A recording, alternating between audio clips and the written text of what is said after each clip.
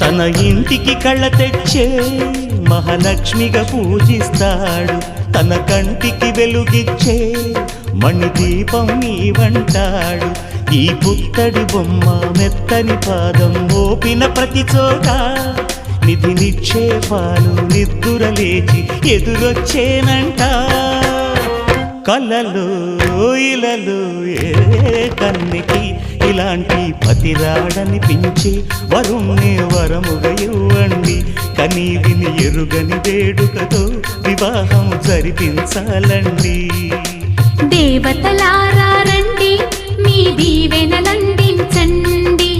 నోచిన నోములు పండి